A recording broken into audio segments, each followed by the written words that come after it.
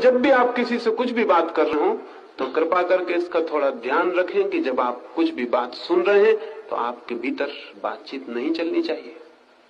अगर चलती है तो आप सामान्य बातचीत भी नहीं समझ पाते। कौन किसको समझ पाता है? पत्नी पति को समझ पाती है, गलती है।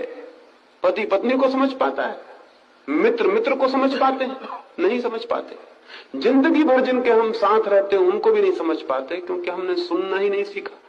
हमने कभी सुनना ही नहीं जाना कि किसी की बात कैसे सुनी जाए।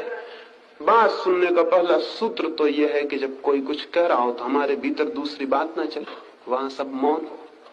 वहां हम बहुत तत्परता से, बहुत शांति से, बहुत मौन से, अत्यंत शांति में, अत्यंत शून्य में कुछ सुने।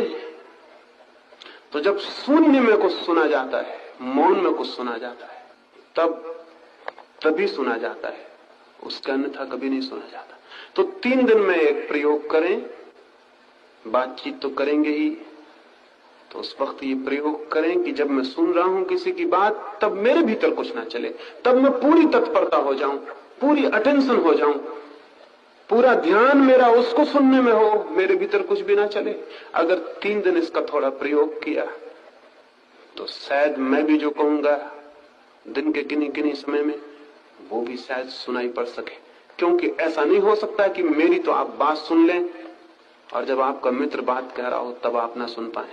अगर उसकी सुन पाएंगे तो ही मेरी भी सुन पाएंगे। ये दोनों अलग अलग बातें नहीं है। यहाँ पक्षी हैं, वो आवाज देंगे तो उनकी आवाज को भी उतनी ही शांति से सुने। एक बच्चा रोने लगे तो उसके रोने को भी उतनी ही शांति से सुने। हवाएं दरख्तों को हिलाएं और उनमें आवाज हो, उसको भी उतनी ही शांति से सुने।